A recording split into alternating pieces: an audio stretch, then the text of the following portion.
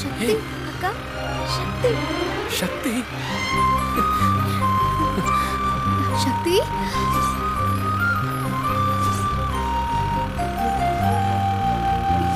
சக்தி எப்படி இருக்க? ஒண்ணும் இல்லல்ல. எங்கடா போன? ஏன்டா போன? இப்படி பண்ண? எதுக்காக போன? ஏன்டா எங்களெல்லாம் விட்டுட்டு போன? நாங்கெல்லாம் நீ இல்லாம எவ்வளவு கஷ்டப்பட்டோம் தெரியுமா? தாத்தா பாட்டி யாருமே நேத்து நைட்டு தூங்கவே இல்லை. விடிய விடிய உன்னை தேடிதான் அலைஞ்சிட்டே இருந்தாங்க. டேய் சக்தி, உன்னை யாரு என்ன சொன்னாலும் இனிமே என்கிட்ட சொல்றா, பாத்துக்கலாம். வீட்டை விட்டு மட்டும் போயிடாத. Okay bro. இனிமே நான் எங்கேயுமே போக மாட்டேன். ஏண்டா நைட் நேரத்துல பக்கத்து தெருக்கு போறதுக்கே எங்களுக்குலாம் பயம். நீ எப்படா தைரியமா வெளியே போன? போய் எங்க இருந்த? என்ன பண்ண? நைட்டு சாப்பிட்டியா? எப்படி தூங்குன? நல்லா கேளுமா. இவர் என்னமோ பெரிய மனுஷன் மாதிரி வீட்டை விட்டு பெட்டி படிக்கலாம் எடுத்துட்டு கிளம்பி போயிட்டாரு. கேண்டா, உன்னை பாத்துக்கிறாங்க இத்தனை பேர் இருக்கும்போது வீட்டை விட்டு போவியா நீ? அப்ப நாங்கெல்லாம் உனக்கு ஒரு விஷயமே இல்ல, அப்படிதானே? அப்படிலாம் இல்ல தாத்தா. ஐயோ தாத்தா, அவனே நொந்து போய் திரும்ப வந்திருக்கான், அவனையும் திட்டுறீங்க. சக்தி நீ ஓகே தானே? டபுள் ஓகே, ஒரு பிரச்சனையும் இல்ல. என்னது ஒரு பிரச்சனையும் இல்லையா? அப்ப நைட்டு என்னதாண்டா பண்ண? நேத்து நைட்டு பைய எடுத்துட்டு வெளியில கிளம்பினா கொஞ்ச தூரம் போனதுமே பசி எடுத்துருச்சு. ஆனா பக்கத்துல எந்த ஹோட்டலுமே இல்ல. என்னடா இது, என்ன பண்றதுன்னு நான் அப்படியே யோசிச்சுக்கிட்டே போனேனா, அப்ப பார்த்தா ஒரு பெரிய ஹோட்டல். சரின்னு உள்ள போனா ஒரு பரோட்டா 30 ரூபாயா. ஆனா என்கிட்ட இருந்தது 32 ரூபாய் தான். சரி பரவாயில்லன்னு போய் உக்காந்தா பரோட்டாவுக்கு சால்னா தனியா காசு கொடுத்து வாங்கணுமா. எனக்கு பரோட்டாவே வேணான்னு எந்திரிச்சு வந்துட்டேன். டேய் என்னடா நீ காணாம போன கதைய சொல்றானா பரோட்டா தின்ன கதைய சொல்ற? நமக்கு சோறு முக்கியம் ப்ரோ. அப்புறம் என்னாச்சுன்னா அங்க ஒரு ரோட்டு கடை இருந்துச்சு. அங்க போய் 2 பரோட்டா சாப்பிட்டேன். 20 ரூபாய் போச்சு. மிச்சம் இருந்த 12 ரூபாய்க்கு ஒரு கூல் ட்ரிங்க்ஸும் 2 பபிள் கம்மும் வாங்கி சாப்பிட்டுக்கிட்டே போனேன். ஆசிரமத்துக்கு போயிட்டேன். ஆசிரமத்துக்கா? ஆமா, நான் வேற எங்க போறது? அதுதானே எனக்கு தெரிஞ்ச இடம். என்ன தாத்தா சொல்றாங்க? ஆமாமா, அங்க இருந்தா கூப்பிட்டு வர்றேன். டே சக்தி, இங்க பாரு, இனிமே நீ எங்கேயும் போக கூடாது. எந்த பிரச்சனை வந்தாலும் எங்க கிட்ட வந்து சொல்லு, நாங்க பாத்துக்கிறோம். சரியா? ஓகேக்கா.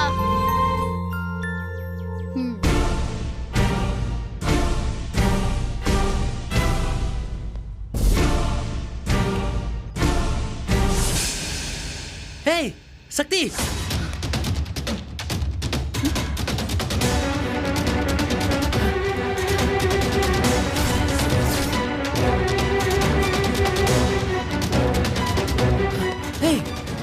எங்கடா போன?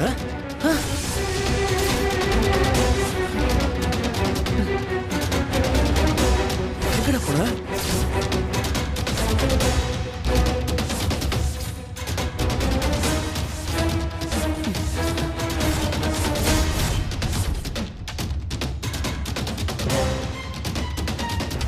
எங்கடா போன? இங்க இத்தனை பேர் இருக்கும்போது நீ பாட்டுக்கு போயிட்ட? சக்தி இவனுக்கு பிறந்த பையன், பிரியா பெத்தெடுத்த குழந்தைன்னு இவனுக்கு தெரியுமா தெரியாதான்னு தெரியலையே. ஆனா இவன் கொஞ்சிறத பார்த்தா தெரியும் போலதான் இருக்கு. உனக்கு ஒரு பிரச்சனையும் இல்லையே? ஏடா இங்க இத்தனை பேர் இருக்கும்போது நீ பாட்டு கிளம்பி போயிட்ட? ஏண்டா? எனக்கு ஒரு பிரச்சனையும் இல்ல காட்டு பூனை. தாத்தா வந்து கூட்டிட்டு வந்துட்டாரு.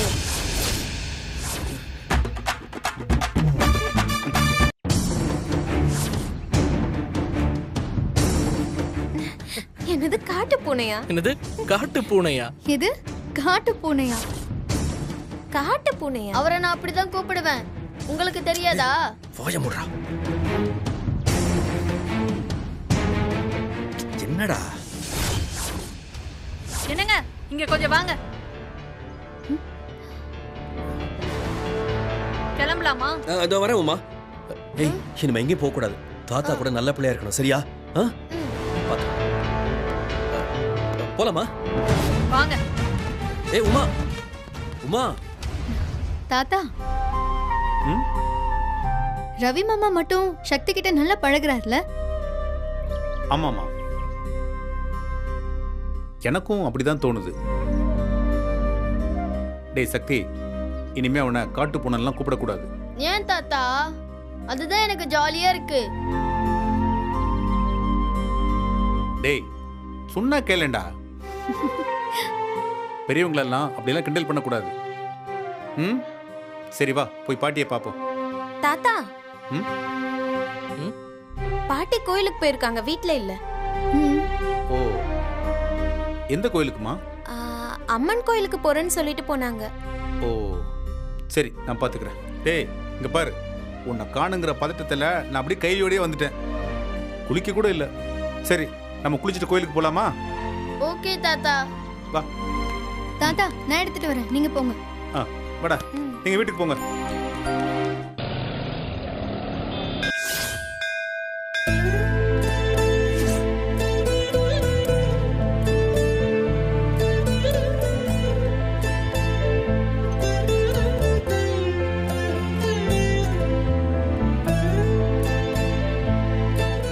அம்மா தாயே, அவன் சின்ன குழந்தை, ரொம்ப கஷ்டப்பட்டுட்டான். இந்த வயசுல அனுபவிக்க கூடாததெல்லாம் அனுபவிச்சுட்டான்.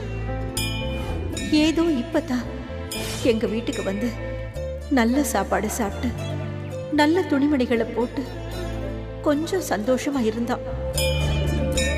அதுக்குள்ள அவனை துரத்தி விட்டுட்டாங்க. இந்த வயசுல அவன் எங்க போவான்? என்ன தெரியும் அவனுக்கு? எங்கேயோ போய் வேலை செஞ்சு கஷ்டப்படுற வயசு அது. சக்தியை எப்படியாச்சும் என்கிட்ட கொண்டு வந்து சேர்த்துருமா. அவன் போனதுல இருந்து அவன் நினைப்பாவே இருக்கு. மனசு கிடந்து அடிச்சுக்குது. சக்தியை என் கண்ணுல காட்டிடுமா.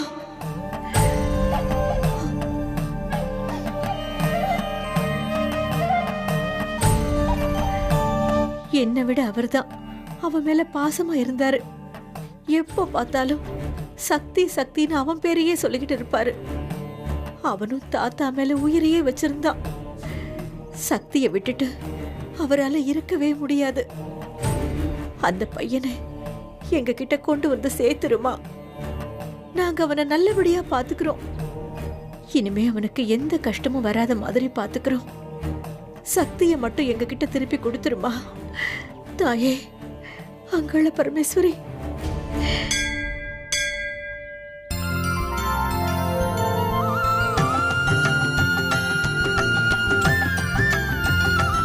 பாட்டி, சீதா,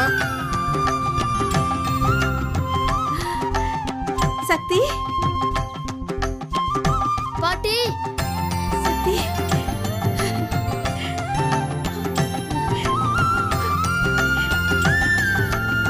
எங்கடா போயிட்ட?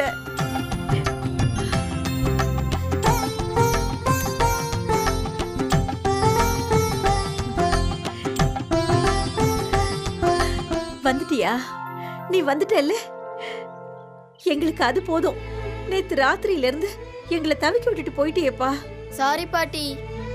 இனிமே நான் உங்களை விட்டு எங்கேயும் போக மாட்டேன். எப்பவும் உங்க கூட தான் இருப்பேன். ஆமாண்டா தங்கம், உன்னை விட்டுட்டு எங்களாலையும் இருக்க முடியாது. நீ எப்போ இனிமே எங்க கூட தான் இருக்கணும். ம்? கண்டிப்பா பாட்டி. அம்மா தாயே, உன்கிட்ட வேண்டி முடிச்சு கண்ணை திறந்தது என் பேரனை கொண்டு வந்து நிறுத்திட்டேன். உனக்கு எப்படி நன்றி சொல்ல போறேன்னு தெரியல. இங்க வாப்பா, நீயும் சாமி கும்பிடு. என்னங்க, நீங்களும் கும்பிடுங்க.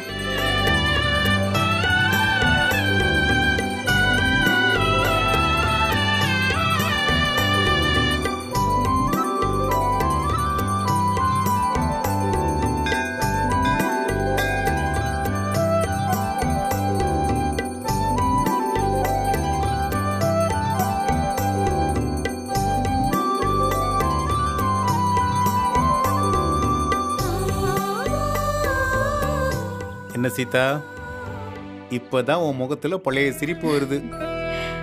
அப்புறம் இருக்காதா? புள்ளைய காணோனதும் எங்க போயிருப்பானோ என்ன பண்ணுவானோன்னு நான் எப்படி தவிச்சு போயிட்டேன் தெரியுமா?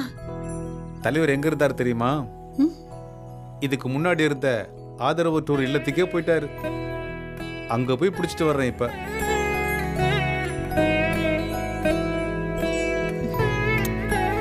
ஏண்டா தங்க அங்கெல்லாம் போனேன்? நீ ஒரு வார்த்தை என்கிட்ட சொல்லிருக்கலாம்ல. கேளு, நல்லா கேளு.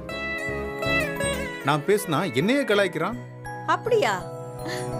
சூப்பர்டா சக்தி. இவரை கலாய்க்க வாச்சும் இனிமே நீ வீட்ல தாண்டா இருக்கணும். ஓகே பாட்டி. ஏய், என்ன இது? டக்குனு இவன் கூட சேர்ந்துட்ட? ஆமா, சேர்ந்துக்குவோம். ஆ? எப்படி இருக்கு எங்க கூட்டணி? பிரமாதம் போ.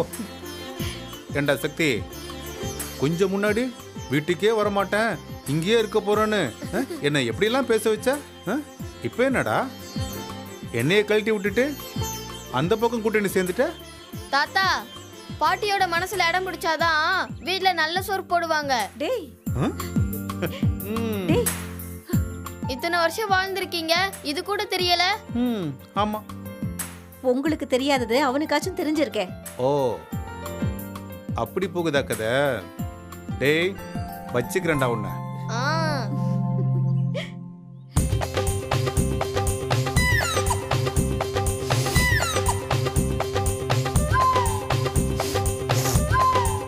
டேய், என்னடா திடீர்னு மோப்பனாய் மாதிரி மாறிட்ட? இல்ல தாத்தா, ஆ, நல்லா பச்சரிசிய வேக வச்சு அதுல நிறைய நெய் ஊத்தி நாட்டு சக்கரையை போட்டு ஆ. கொஞ்சோண்டு ஏலக்காயை தட்டி போட்டு அடுப்பை விட்டு இறக்கியதும் அப்படியே முந்திரி பருப்பு போட்டு அருமையா சக்கரை பொங்கலை செஞ்சு ம், அப்படியே அதை சுட சுட ஒரு கிண்ணத்துல எடுத்தா அந்த நெய் வாசனையும் வெள்ளப்பாகு வாசனையும் கலந்து ஒரு மனம் வரும்ல, அது வருது தாத்தா. ஓ, அது ஒண்ணும் இல்லங்க, கோவில்ல பிரசாதம் தராங்கன்னு நினைக்கிறேன். வேணும்னா போய் வாங்கிக்கடா, போடா. ஓகே பாட்டி. அதை விட வேற என்ன வேலை இருக்கு? இருங்க, வந்துடுறேன்.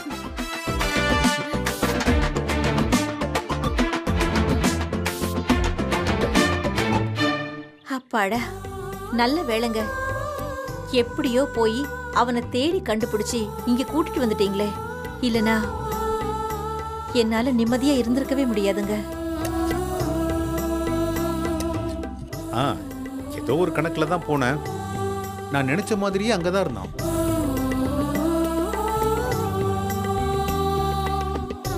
வீட்ல இவங்கிட்ட ரேவதியோ ராஜாவோ யாரா இருந்தாலும் இவங்கிட்ட வம்பிழுக்காம பாத்துக்கணுங்க. ம், ஆமா சீதா. நான் இனிமே யார் மேலேயும் இறக்கம் காட்டுறதா இல்லை. எனக்கு எல்லாரை விடவும் என் பேரன் சக்தி தான் எனக்கு ரொம்ப ரொம்ப முக்கியம். அது என்ன, ஏன் பேரன் அழுத்தி சொல்றீங்க? ம், ஆமா சீதா, அவன் நம்ம பேரன் தான். ஆமாங்க, எனக்கும் பேரன்தான். அவன் வாய் நிறைய தாத்தா பாட்டின்னு கூப்பிடும் போதே நாமளும் அவனை பேரன் நினைச்சுதானே பழகணும். சீதா, நான் அந்த அர்த்தத்துல சொல்லல. நிஜமாவே அவன் நம்மளோட பேரன். என்னங்க சொல்றீங்க?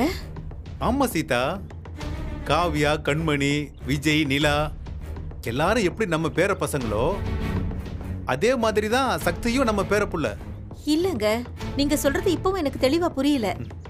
சொல்றேன், புரியுற மாதிரி சொல்றேன்.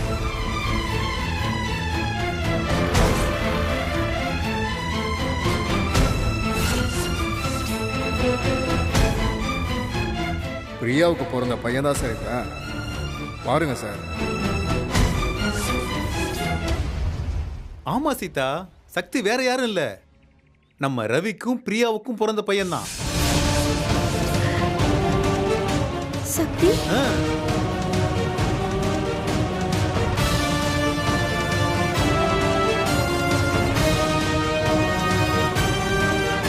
சக்தி நம்ம பேரனா? நம்ம சொந்த பேரனா? ஆமா. இப்படிங்க இது? என்னால நம்பவே முடியலங்க. அவன் எதுக்கு அந்த டீ கடையில போய் வேலை செய்யணும்? நான் எதுக்கு அங்க டீ குடிக்க போகணும்? அந்த நேரம் பார்த்து அந்த ஓனருக்கும் சக்திக்கும் ஏன் பிரச்சனை நடக்கணும்? நான் நடுவுல பூந்து அந்த ஓனரை போலீஸ்ல பிடிச்சு கொடுக்க போய் இவனை நான் எதுக்கு வீட்டுக்கு கூட்டிட்டு வரணும்? எல்லாமே ஏதோ மேஜிக் மாதிரி இருக்கு. ஆமாங்க, இந்த உலகத்துல எவ்வளவோ பேர் இருக்கும்போது எப்படிங்க இவன் கரெக்டா உங்ககிட்ட வந்து சேர்ந்தா? தெரியல சீதா, ஏதோ ஆண்டவனோட அருள் தான் எடுத்துக்கணும் நம்ம. என்னங்க, சரி, கெட்டதுலயும் ஒரு நல்லதுன்னு எடுத்துக்குவோம். இவன் வீட்டை விட்டு போனதுனால நீங்க தேடி போனப்போ இந்த விஷயம் உங்களுக்கு தெரிஞ்சிருக்கு. இல்லனா இதுவும் தெரிஞ்சிருக்காதுல்ல? ஆமா சீதா, நீ சொல்றதும் உண்மைதான். அது இருக்கட்டும்ங்க, பிரசவத்துல பிரியா தவறிட்டா சரி, அவங்க அப்பா நல்லா தானே இருந்தாரு. அவரு எதுக்கு இவனை கொண்டு போய் ஆதரவற்றோர் இல்லத்துல விடணும்? அவரால வளர்க்க முடியலனா நம்ம கிட்டயாச்சும் கொண்டு வந்து விட்டுருக்கலாமே. அவ்வளவுதான் அந்த ஆளோட தகுதி. அதை தவிர இதுல யார போய் நொந்துக்கிறது சொல்லு? இங்க நாம பெத்தது சரியில்லை. வீட்டுல கட்டின பொண்டாட்டி உமா இருக்கும்போது இவன் போய் அந்த பிரியா கூட ஊரை சுத்தினான். இன்னைக்கு குழந்தை வரைக்கும் போய் இன்னைக்கு இந்த நிலைமைக்கு ஆளாயிருக்கு. எல்லாம் சரிதாங்க, பெரியவங்க பிரச்சனையை நம்ம யோசிக்கலாம். அதுக்காக குழந்தைய கொண்டு போய் அந்த இடத்துல விடுறதெல்லாம் ஏத்துக்க முடியாது.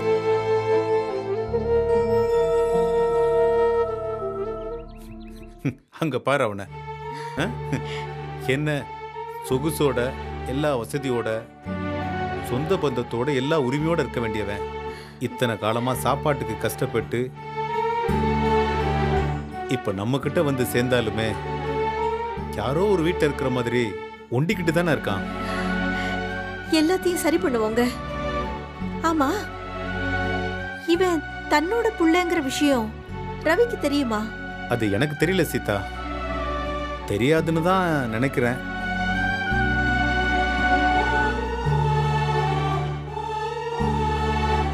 சரி, நீ சக்தியை கூட்டிட்டு வீட்டுக்கு போ.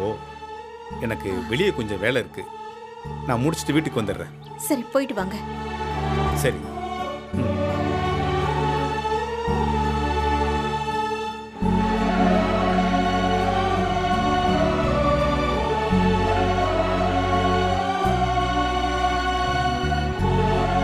எங்க இருக்கிறானோ இல்லையோன்னு தெரியாதவனை எங்க கிட்ட கொண்டு வந்து சேர்த்துட்டியேம்மா, உனக்கு ரொம்ப நன்றிம்மா.